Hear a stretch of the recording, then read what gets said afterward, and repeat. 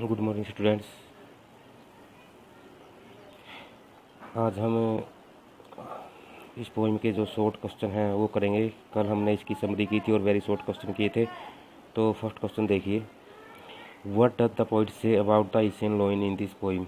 कि इस पोएम में जो पोइट है एशियन लायन यानी एशियाई शेर के बारे में क्या कहता है। तो देखिए, पहले तो मैं आपको बता दूं कि हर जो ये पोइम है इसमें से जो 5-6 क्वेश्चन बनते हैं, तो हर साल इस पोइम में से क्वेश्चन आते हैं। तो हर एक जो बीस्ट है या जानवर है इसके बारे में पूछा जाता है। तो ये क्वेश्चन आपने अच्छी तरह से लर्न करने हैं। देखिए, द पोइट से that the Asian lion is a large beast. कवि कहता है कि जो एशियन लायन है एक विशाल जानवर है। He is brownish yellow in colour. उसका जो रंग है वो भूरा पीला होता है। He is found in forest of the eastern country of the world. वह संसार के पूर्वी देशों के जंगलों में पाया जाता है। His roar is very loud and terrifying. उसकी जो दहाड़ है वह बहुत ही ऊंची और डरावनी होती है। उसके बाद सेकंड क्वेश्चन देखिए, how does the Bengal tiger look, what is so distinct about him. जो बंगाल टाइगर है वो कैसे दिखता है, उसके बारे में विशेष बात क्या है। तो देखिए, द पोइट से that the Bengal tiger roams in the forest and looks noble. कभी कहता है जो बंगाल टाइगर है वो फॉरेस्ट एंड जंगलों में घूमता है और बहुत ही नेक लगता है। नोबल क्या होता है, नेक दिखता है। His skin is yellow and there are black stripe on it. उसकी त्वचा पीली है और there are black stripe on it, और उसके चेहरे पे उस पे शरीर पे काली धारियाँ होती हैं। As soon as the Bengal tiger notice someone he try to eat him. जैसे ही बंगाल टाइगर किसी को देखता है उसको खाने का प्रयास करता है। उसके बाद थर्ड क्वेश्चन देखिए, what do you learn about the leopard from this poem. कि आपको इस कविता से जो लेपर्ड है, चीता है, उसके बारे में क्या पता लगता है। तो देखिए, the poem tells us that A leopard has spots on his skin. कवि कहता है कि बताता है कि जो लेपर्ड है उसकी खाल पर धब्बे होते हैं। देखो, ये जो टाइगर है, लेपर्ड है, लोयन है, इनकी अलग अलग पहचान बताई गई है कि किसकी शरीर पे कैसे धब्बे होते हैं। किसी पे स्ट्राइप्स, किसी पे झारी होती है स्ट्राइप्स होते हैं। तो ये इनकी पहचान होती है। As soon as he see someone he leaps over him at once and start eating.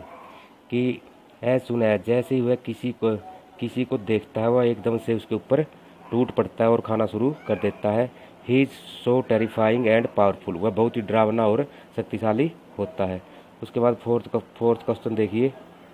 Fourth question है, how does the poet describe the bear. कि कभी भालू का वर्णन कैसे करता है। तो देखिए, the poet suggest that the bear can enter human colony also. कभी कहता है कि जो बियर है वह मनुष्य के द्वारा जो बसाई गई कॉलोनी है जहाँ मानव रहते हैं वहाँ भी प्रवेश कर सकता है। That is why you can encounter a bear in your yard. इसलिए आप इसको अपने आंगन में भी आप इसको अपने आंगन में भी मिल सकते हो या मुठभेड़ हो सकती है। एनकाउंटर होता है मुठभेड़ होना। As soon as the bear comes near a human being. कि जैसे ही भालू मनुष्य के नज़दीक आता है, ही एम्ब्रेसिज हिम, वह उसको गले लगाता है। This embrace appears loving.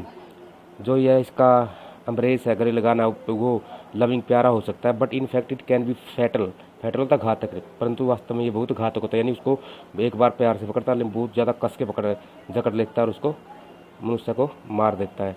उसके बाद देखिए वही फिफ्थ क्वेश्चन है, वाई डज द पोइट से that a bear hug may confuse a novice. देखो, नोविस होता है बिल्कुल नौसिखिया, जिसको कोई अनुभव नहीं होता।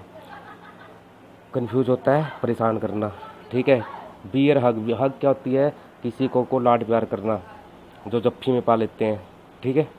तो बियर जब किसी के जप्फी पाता है तो क्या सोचता है कोई कि ये तो प्यार कर रहा है, लेकिन जबकि वो इतनी ज़ोर से जप्फी पाता है कि उसको व्यक्ति को मार देता है। जो नौसिखिया है, जिसको किस चीज़ के बारे में पता नहीं होता, तो उसको तो कभी ऐसा क्यों कहता है कि भालू की जप्फी एक नौसिखिया को व्यक्ति को कन्फ्यूज कर सकती है, परेशानी में डाल सकती है। देखिए, it is the tendency of a bear to kill the his victim by embracing him. कि एक भालू की आदत होती है कि अपने शिकार को जप्फी में लेके मार देता है।